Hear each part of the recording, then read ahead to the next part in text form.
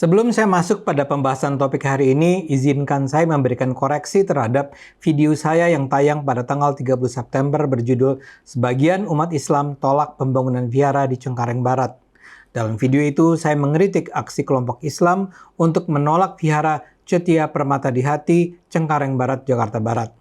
Setelah saya pelajari kondisi lebih jauh, saya memperoleh informasi bahwa penolakan vihara tersebut tidak datang dari umat Islam, melainkan dari warga setempat yang datang dari berbagai latar belakang agama. Karena itu, saya memutuskan untuk men-take down video tersebut. Saya sangat menyayangkan adanya pihak-pihak yang berusaha membangun narasi tentang adanya aksi kelompok Islam dalam perseteruan vihara di Cengkareng Barat. Saya mohon maaf bila ada pihak-pihak yang dirugikan oleh video tersebut. Ini adalah pelajaran penting bagi kami di Cokro TV dan kami berjanji ke depan akan jauh lebih berhati-hati. Terima kasih.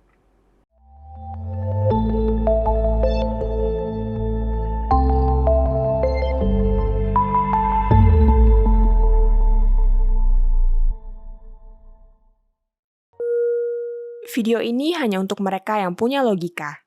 Bagi yang tidak punya logika, skip aja. Rizik Syihab memang dendam sekali pada Presiden Jokowi. Pada 30 September kemarin, dia dan kawan-kawannya menggugat sang presiden. Nama organisasinya TAMAK, singkatan dari Tim Advokasi Masyarakat Anti Kebohongan. Tanggal 30 September dipilih karena momentum peringatan G30 SPKI. Mungkin Rizik menganggap dirinya sebagai jelmaan baru Presiden Soeharto untuk mengalahkan Jokowi yang adalah jelmaan PKI. Mungkin. Yang jelas TAMAK ini memang berusaha menghajar Jokowi.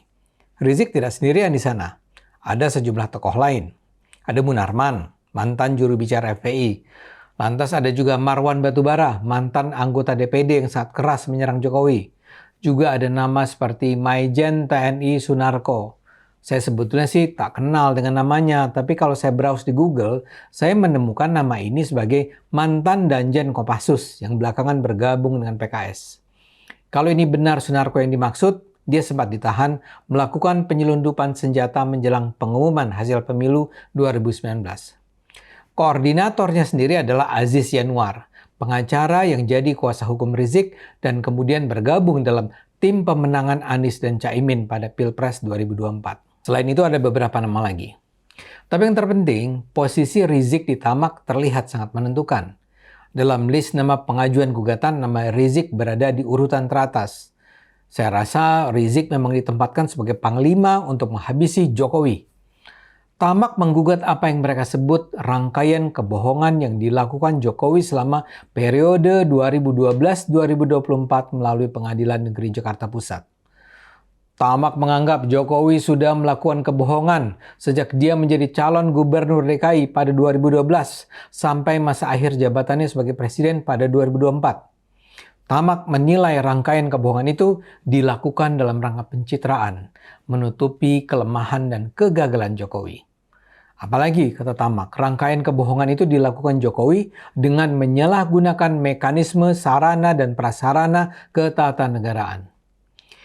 Menurut TAMAK, kalau rangkaian kebohongan Jokowi ini dibiarkan tanpa ada konsekuensi hukum, maka ini akan mencoreng sejarah bangsa Indonesia yang menjunjung nilai-nilai kejujuran dalam kehidupan berbangsa. Tapi apa sih yang dianggap TAMAK sebagai rangkaian kebohongan Jokowi? Setidaknya ada 6 hal yang disebut TAMAK. Saya sebut saja secara lengkap. Pertama, kebohongan soal komitmen untuk menjabat gubernur DKI selama 1 periode penuh 5 tahun. Kedua, kebohongan mengenai data adanya 6.000 unit pesanan mobil SMK. Tiga, kebohongan untuk menolak dan tidak akan melakukan pinjaman luar negeri asing. Keempat, kebohongan akan melakukan swasembada pangan. Kelima, kebohongan tidak akan menggunakan APBN untuk pembiayaan sejumlah infrastruktur seperti Kereta Cepat Indonesia-Cina atau KCIC. Keenam, kebohongan mengenai data uang 11.000 triliun rupiah yang ada di kantong Jokowi. Menurut TAMAK, semua hal tersebut bohong dan karena itu Jokowi harus dihukum. Lantas coba deh perhatikan tuntutan hukum yang diajukan oleh mereka. TAMAK menuntut Jokowi membayar ganti rugi material sebesar nilai utang luar negeri Indonesia periode tahun 2014 sampai dengan tahun 2024 untuk disetorkan kepada kas negara. Tamak juga minta negara untuk menahan pembiayaan atau tidak memberikan rumah sebagai mantan presiden kepada Jokowi. Dan terakhir, Tamak meminta negara menahan atau tidak memberikan seluruh uang pensiun Jokowi. Ajaib kan tuntutannya? Kalau utang luar negeri Indonesia tahun 2024 mencapai 6.500 triliun rupiah, apakah artinya Jokowi dituntut membayar 6.500 triliun itu? Ini kan luar biasa, tidak masuk akal. Tapi yang paling berkesan dari Tamak ini adalah apa yang mereka sebut sebagai rangkaian kebohongan Jokowi tersebut. Tamak seperti mengarang bebas, bicara sembarangan tentang kebohongan Jokowi. Bahwa Jokowi tidak menyelesaikan masa jabatannya sebagai gubernur, ya bukan karena dia bosan atau ngambek atau berubah pikiran.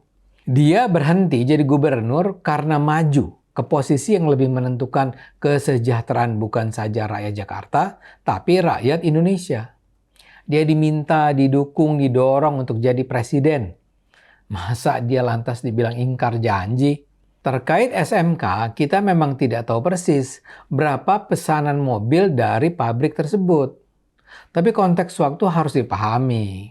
Jokowi bicara soal pesanan mobil itu di awal 2019. Dan justru pada tahun itu juga dunia terkena pandemi COVID-19. SMK berhenti produksi sampai 2021. Baru pada 2022 SMK menggeliat bangkit. Mereka kembali muncul pada pameran otomotif Indonesia 2023 dengan model baru seperti Bima EV, sebuah kendaraan listrik. Jadi tidak bisalah pernyataan Jokowi itu disebut sebagai kebohongan. Lantas soal pinjaman luar negeri. Jokowi tidak pernah bilang tidak akan melakukan pinjaman luar negeri. Memang dalam beberapa kesempatan Jokowi menekankan pentingnya kemandirian ekonomi dan berusaha mengurangi ketergantungan pada pinjaman luar negeri. Tapi dengan kondisi ekonomi saat ini tentu saja tidak mungkin untuk mengharamkan pinjaman luar negeri. Pinjaman uang itu dibutuhkan untuk membiayai proyek-proyek infrastruktur besar seperti pembangunan jalan tol, bandara, pelabuhan, pembangkit listrik. Begitu juga dengan swasembada pangan. Jokowi memang berkomitmen untuk mencapai swasembada pangan selama masa kepemimpinannya. Salah satu fokus utama pemerintahan Jokowi adalah memperkuat sektor pertanian dan memastikan Indonesia memenuhi kebutuhan pangannya sendiri tanpa ketergantungan yang besar pada impor. Untuk mendukung tujuan ini, pemerintah Jokowi meluncurkan sejumlah kebijakan seperti pembangunan infrastruktur pertanian, penggunaan teknologi modern dalam pertanian, pemberian bantuan kepada petani, dan pengembangan lahan pertanian baru. Namun, sejumlah tantangan seperti perubahan iklim, fluktuasi harga komoditas internasional, dan kelemahan infrastruktur tetap menjadi kendala. Akibatnya, sekeras apapun upaya yang dilakukan Jokowi, upaya swasembada pangan tetap tak tercapai optimal. Dalam hal proyek kereta cepat Jakarta-Bandung, Jokowi memang semula menyatakan proyek itu akan dibiayai melalui skema business to business tanpa menggunakan APBN. Namun belakangan setelah mengalami pembengkakan biaya, pemerintah memutuskan untuk menyuntikkan dana APBN. Ini dilakukan untuk menjaga kelangsungan proyek yang dianggap sebagai proyek strategis nasional sambil memperhatikan kapasitas fiskal negara. Jadi memang benar bahwa Jokowi menggunakan APBN untuk membiayai kereta cepat itu, namun lagi-lagi tidak dalam konteks berbohong. Terakhir yang juga sangat menggelikan adalah soal uang 11.000 triliun rupiah di kantongnya. Jokowi tidak pernah bilang dia punya dana sebesar itu di kantongnya. Dia menyebut dana itu dalam konteks mengajak orang-orang Indonesia menempatkan uangnya di dalam negeri, bukan di luar negeri. Jokowi bilang bahwa ada data yang menunjukkan uang pengusaha Indonesia yang disimpan di luar negeri mencapai 11.000 triliun rupiah. Dan itu merugikan kesehatan ekonomi Indonesia. Lantas Jokowi bilang daftar nama pengusaha yang menempatkan dananya di luar negeri itu ada di kantongnya. Jadi dia tidak bilang dia punya uang 11.000 triliun di kantongnya. Yang ada di kantong Jokowi, ya daftar nama pengusaha. Saya sengaja menjelaskan jawaban atas rangkaian tuduhan itu satu persatu untuk menunjukkan betapa mengada-adanya tuntutan Rizik dan kawan-kawan. Tentu saja tak semua rencana pembangunan yang dilakukan presiden bisa dicapai secara sempurna sampai di akhir masa kepresidenannya. Tapi itu kan hal yang normal-normal saja. Yang penting, Jokowi berusaha secara sungguh-sungguh menggerakkan pemerintahannya untuk mencapai target-target yang ditentukan itu. Berlebihan tentunya untuk mengatakan bahwa kegagalan mencapai tujuan itu secara sempurna adalah bukti kebohongan. Tapi barangkali pada akhirnya kita memang tak perlu bicara gugatan tamak ini secara terlalu serius.